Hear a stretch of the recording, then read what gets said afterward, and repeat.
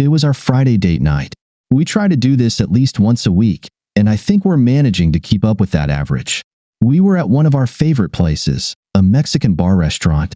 They had a really beautiful open courtyard, and the weather was perfect, cool but not cold, with a slight breeze.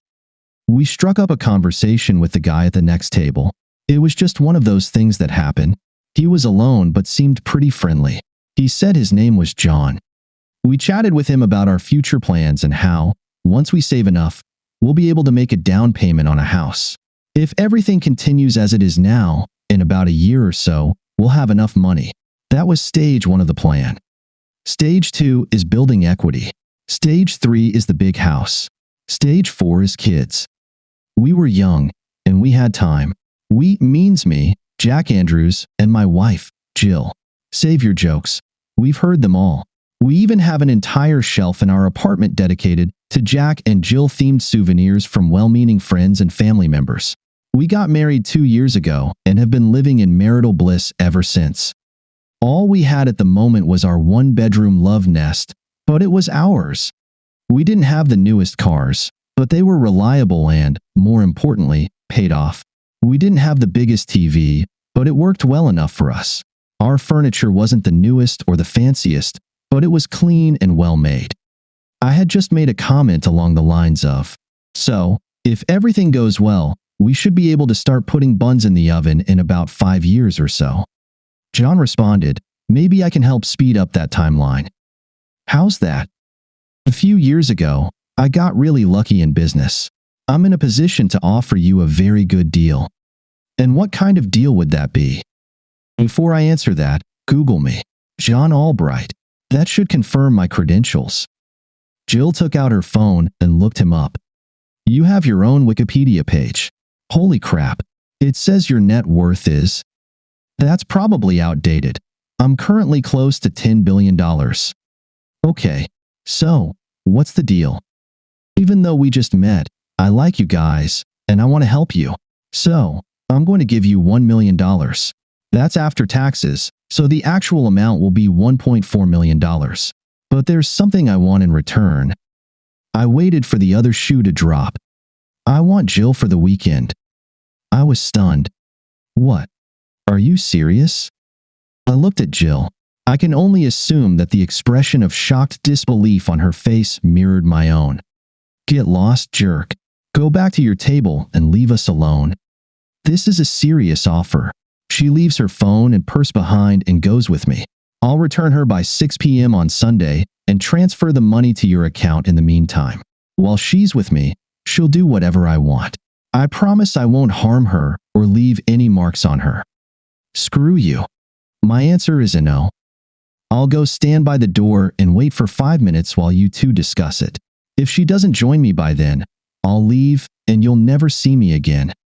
He got up and walked to the exit, leaning against the wall. Holy crap. Can you believe the arrogance of this guy? No, I can't. I know the rich live differently, but this is a whole other level of entitlement. She paused. But $1 million wouldn't be bad. I mean, we could skip straight to stage 4, buy a house outright, fund our kids' college, and still have enough left to invest. We could retire by 40.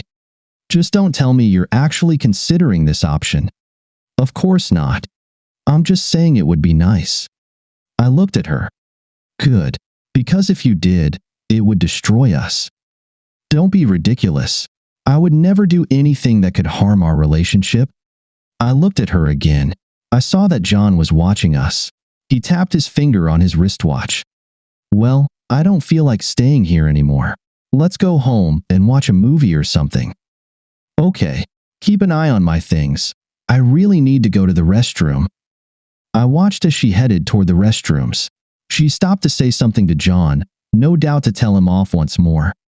Suddenly, they both walked out the door together. I felt my heart clench for a second, and then I bolted from my seat and ran outside. I saw her getting into a Mercedes. Just as she was about to close the door, I shouted her name. Jill, don't do this. She looked at me, mouthed the word sorry, and then closed the door. The car pulled out of the parking lot. I started running after it, thinking I could somehow jump on it or something, when suddenly I was grabbed from behind. I turned around and saw one of the largest men I'd ever seen holding me by the shoulders. "Let me go. That's my wife." "Sorry, buddy, but Mr. Albright doesn't want any trouble." I watched as the car sped out of the parking lot and drove away at high speed. I tried to break free and follow them, but I couldn't. His grip was like iron. I stared as the taillights disappeared into the distance, just like my marriage. "If I let you go, are you going to do something stupid?" I should note that she wasn't coerced in any way. I looked at him. "What would you do if it were your wife?" "I'd beat the crap out of him, of course. That's why he sent me here, to hold you back a bit. But now they've left, so I'm letting you go." I stood there for a moment. The bodyguard waited, then got into his car and drove off. "Jill. Okay, keep an eye on my things. I really need to go to the restroom." I hated deceiving him, but I knew he would never agree. I headed toward the restrooms, but stopped when I reached John. "Let's go before I change my mind and before Jack makes a scene." John turned and walked out the door. I followed him. A Mercedes was waiting right outside. John got into the driver's seat. I opened the passenger door, but just as I was about to get in, I heard Jack shout, "Jill, don't do this." His face was a mix of surprise and hurt. I paused for a second, then said, "Sorry," got into the car, and closed the door.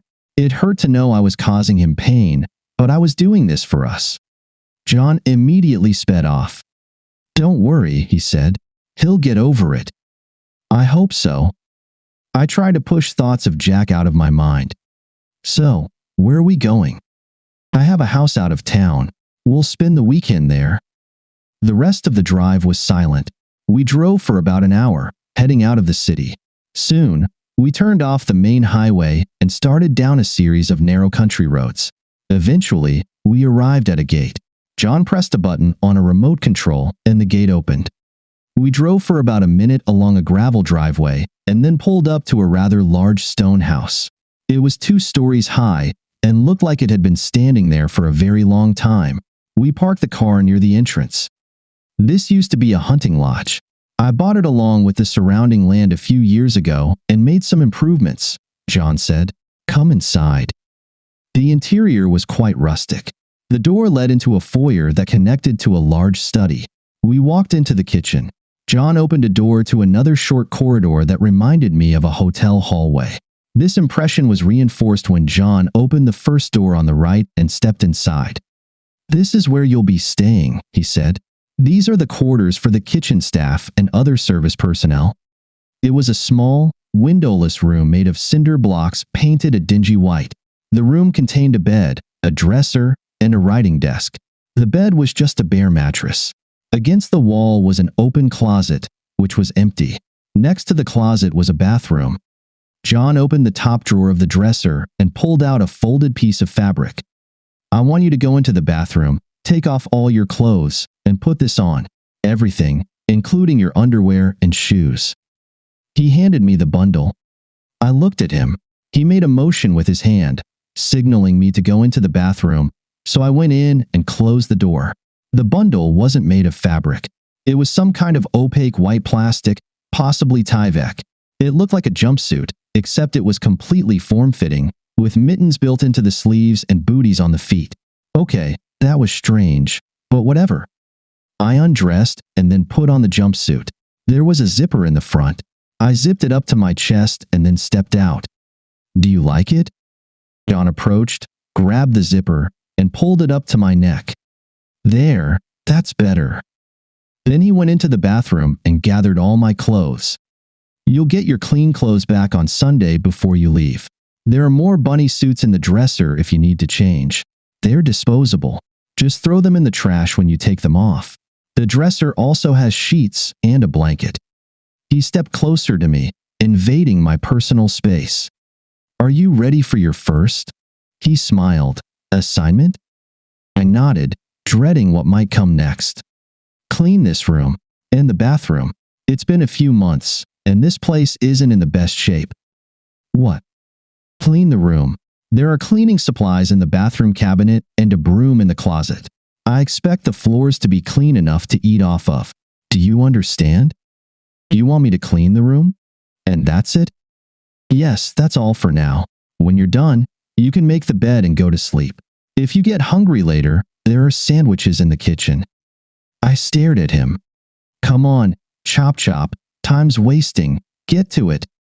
Then he turned and left, taking my clothes with him and closing the door behind him. What else could I do? I started cleaning the bathroom. There were dried stains on the toilet. A black ring circled the tub. The light fixtures were covered in water spots. Mold clung to the sides of the tub. It took me about an hour to clean the bathroom. Fortunately, the room itself wasn't too bad. I just needed to dust the table and dresser, sweep the floor, and then mop it.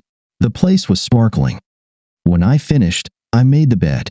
I was more exhausted than I realized. As soon as I was done, I took a shower, then crawled into bed naked and fell asleep. The next thing I remember is being woken up by a knock on the door. Wake up. Get dressed. Let's go. Now we're getting down to business.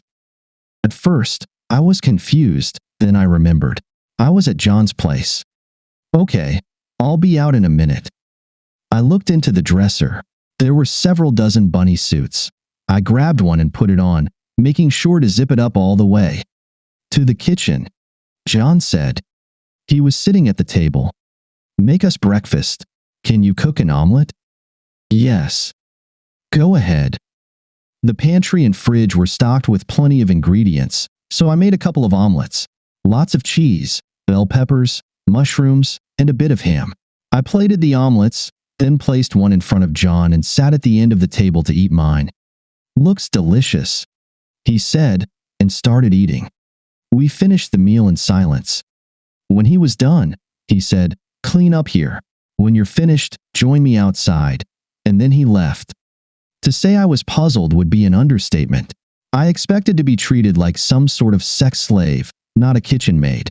But whatever. The longer I could delay breaking my wedding vows, the better. I loaded the plates and silverware into the dishwasher and cleaned the frying pan by hand. Once I was done, I walked out through the front door. John was sitting in an Adirondack chair, one of two on the patio, with a small table between them. Good, you didn't waste any time. See that? He pointed to something that looked like a handle with wheels. I realized it was a real lawnmower. Then he gestured to the expansive yard. Mow the lawn. Wait a second. I replied. I thought I was here to, you know. You agreed to do whatever I wanted in exchange for a rather generous compensation. What I want you to do right now is mow the lawn.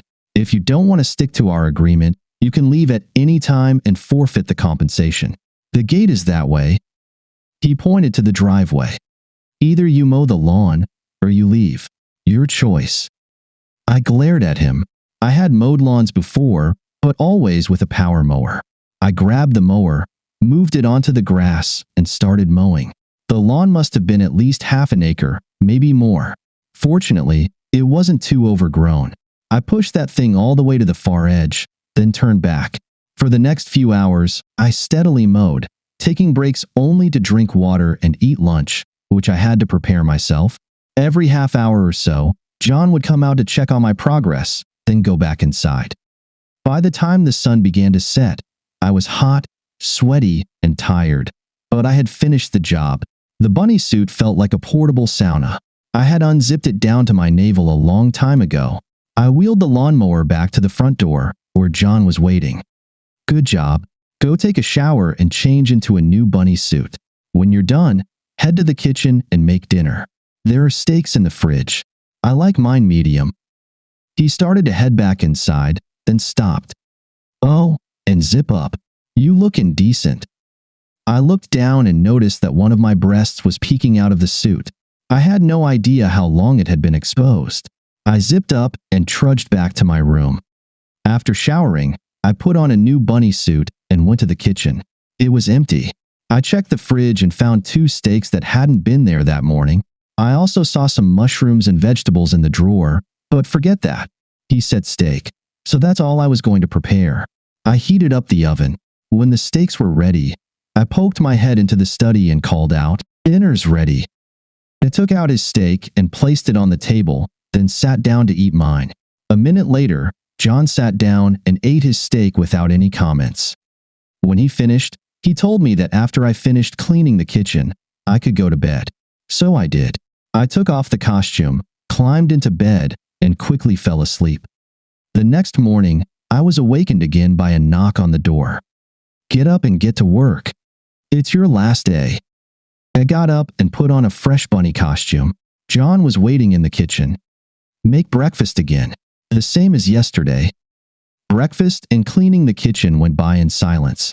When I finished and turned on the dishwasher, John directed me to the room next to my bedroom. It was just like my bedroom, but completely empty. "I want you to paint this room." "What?" "Paint the room. There are paints, rollers, brushes, and a change of clothes in the closet. Just this room. Do a good job, and this will be your last task for the weekend. And don't paint over the light switches and outlets.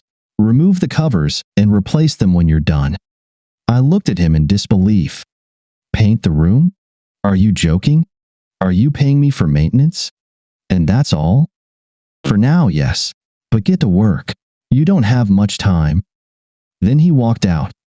I stood there for a second, then looked into the closet. There was a 5-gallon bucket of sky blue paint and a bunch of tools and supplies. I grabbed a drop cloth and spread it out on the floor. I found a screwdriver and removed the outlet and switch covers, then taped over the outlets and switches themselves. I poured some paint into the roller and got to work. It didn't take as long as I thought it would. The room wasn't that big, and there weren't any tricky areas that needed special attention. When I finished, I put the outlet covers back on, folded up the drop cloth, and returned all the supplies to the closet. He said it was my last task, so I went to the next room and took a shower. When I finished, I found that my clothes had been cleaned and laid out on the bed. I got dressed and went to look for John. He was in the study. "Ah, there you are. I assume you finished painting?" "Yes. You said that was my last task?" "That's right. Are you ready to go back to your husband now? You should know that he was very upset when you left." "I know. I'll make it up to him."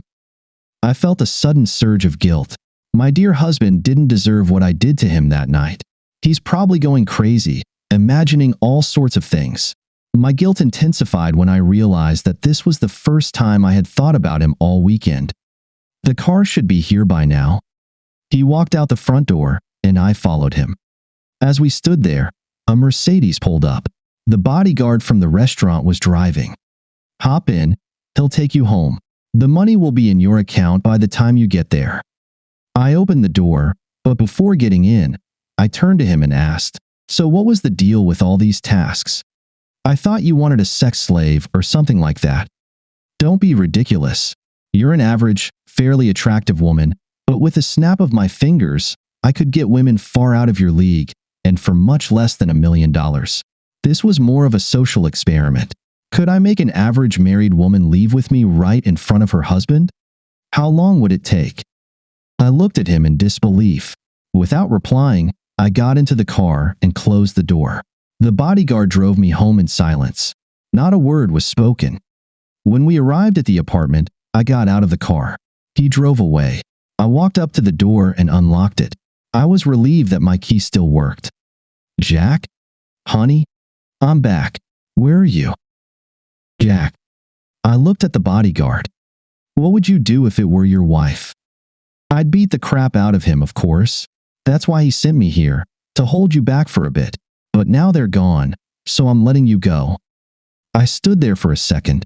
The bodyguard waited for me to do something, then got into his car and drove off. "Hey, Jack. If you're leaving, you need to pay your bill first." It was Mike, the restaurant manager. Over the time we'd been coming here, we had gotten to know many of the staff. "Damn it. Didn't you see what just happened? My wife just left me. And you're worried about the bill? Wow. Don't worry about it. I'll take care of it. I'm sorry. I never would have thought she'd do something like that." "Yeah, neither did I." Mike handed me her purse. She left this on the table. Her phone was in the side pocket of the purse. "Thanks. I'm not sure what the hell I'm going to do now." "Don't do anything too stupid. Go home. Think it over." "Good idea." I don't remember how I got home. As soon as I closed the front door, everything hit me all at once. My wife was gone. My marriage had collapsed. All the dreams and hopes we had were gone. I collapsed onto the couch and stared at the ceiling. All I could think was, she's gone. I don't know how long I stayed like that. I must have fallen asleep at some point because when I opened my eyes, it was morning. At first, I was confused about why I was on the couch, but then the memories came flooding back. The despair hit me again, just as hard. Then something else hit, anger. How dare she do this to us? She threw everything we had away for money. I pushed the anger down and buried the despair deep inside. Act now, hurt later. After this, there's no way we can stay together. On Monday, I needed to meet with a lawyer, but even now, there were some things I could do. I had time until Sunday evening. First, finances. I paid off our joint credit card and then canceled it. Next, the bank. I opened a new account in my name, transferring half of the savings account into it, minus $2,000. I took that $2,000 in cash because I would need it. I also transferred half of the checking account. Second, I needed a new place to live. I called my friend Pete. Pete had a lot of friends because he had a pickup truck. People always turned to him for help with moving. I told him what had happened. She did what? Left? Just because some rich jerk waved a bunch of money in front of her? Damn, that's cold. I can't believe she could do that. Believe me, I'm still in shock. I need to find a place to stay and get my stuff out of the apartment before she comes back on Sunday. I'm thinking about that extended stay motel near the office. No way. You can stay with me. How much stuff do you need to move? Actually, not that much. Clothes, a few books, and some other things. I don't care about the furniture. All right, pack up. I'll grab some boxes and be at your place as soon as I can. I packed a week's worth of clothes into a duffel bag. The rest went into trash bags. Pete showed up with some boxes, and we filled them with books and a few other odds and ends. I didn't care about anything in the kitchen. Silverware is cheap. All my things were packed into Pete's truck or my car. I looked around the apartment to make sure I had everything. I saw a photo of Jill and me at our wedding. It used to be one of my favorite pictures of us. Used to be. I decided to be petty. I took the photo out of the frame, tore it in half, and placed the pieces on the coffee table next to Jill's purse. Then I took off my wedding ring and set it on top. I thought for a second and decided to be extremely petty. We had a fireplace and a couple of logs for the fire. I took our wedding album from the shelf, opened it in the middle, placed it over a log in the fireplace, and set it on fire. Then I followed Pete to his place. That evening, I wasn't very good company, but I wasn't trying to be. I know I watched a bunch of TV shows, but I don't remember any of them. All I could think about was that my wife had left me to sleep with a billionaire for money. Eventually, I took a dose of NyQuil and fell asleep. I woke up late on Sunday. Physically, I felt better, but emotionally, I was a wreck. P kept trying to engage me in conversation, but I just wasn't feeling it. I thought about drinking, but I knew it wouldn't solve anything. Eventually, my phone rang. I saw that it was Jill calling, and I sent it to voicemail. I didn't want to talk to her at all. Then she sent me a message. I'm back. Please call me. We need to talk. Nothing happened. Nothing. Yeah, right. And even if that were true, it didn't matter.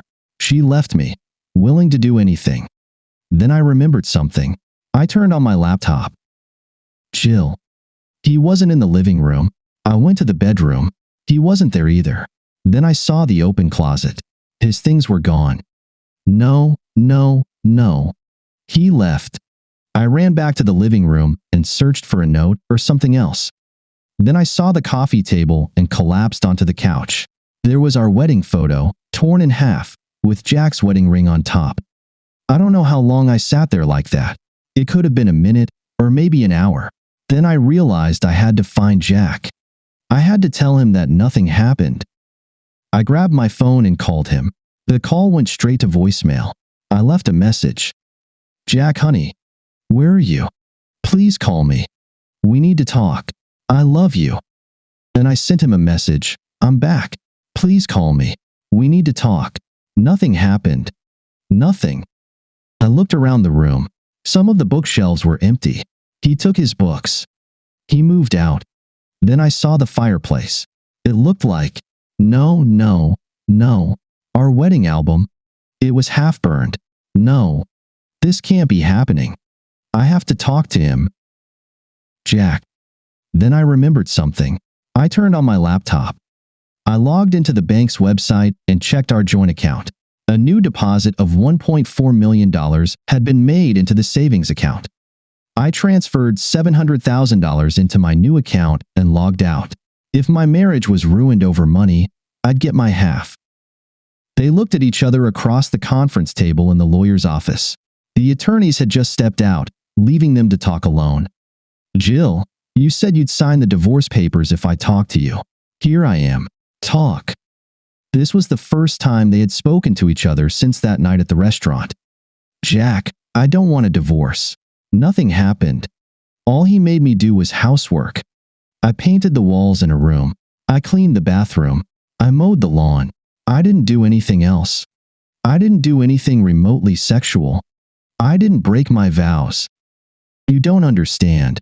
You left me at the restaurant, thinking you were going to sleep with him. It doesn't matter whether you actually slept with him or not. You left me there with the intention of having sex with him. That's all that matters. I understand. You're right. I can never fully make up for what I've done to you. But I have to ask, please, let me try. I love you. We can get through this. I know we can. Love isn't the problem. Despite everything, I still love you. Jill looked at him hopefully. But, he continued, I can't trust you anymore. Who's to say you won't make another important unilateral decision in the future? I mean, if you agreed to sleep with a guy for money, what else might you do if you think it's for our benefit? I'm sorry, Jill, but I can't get past this. Please, sign the papers. It's a 50-50th split. I took everything I wanted from the apartment and have already taken half of the money. Sign them, and we're done. With that, Jack stood up and walked out. Jill sat silently for a while. Then she grabbed a pen and signed the papers in front of her.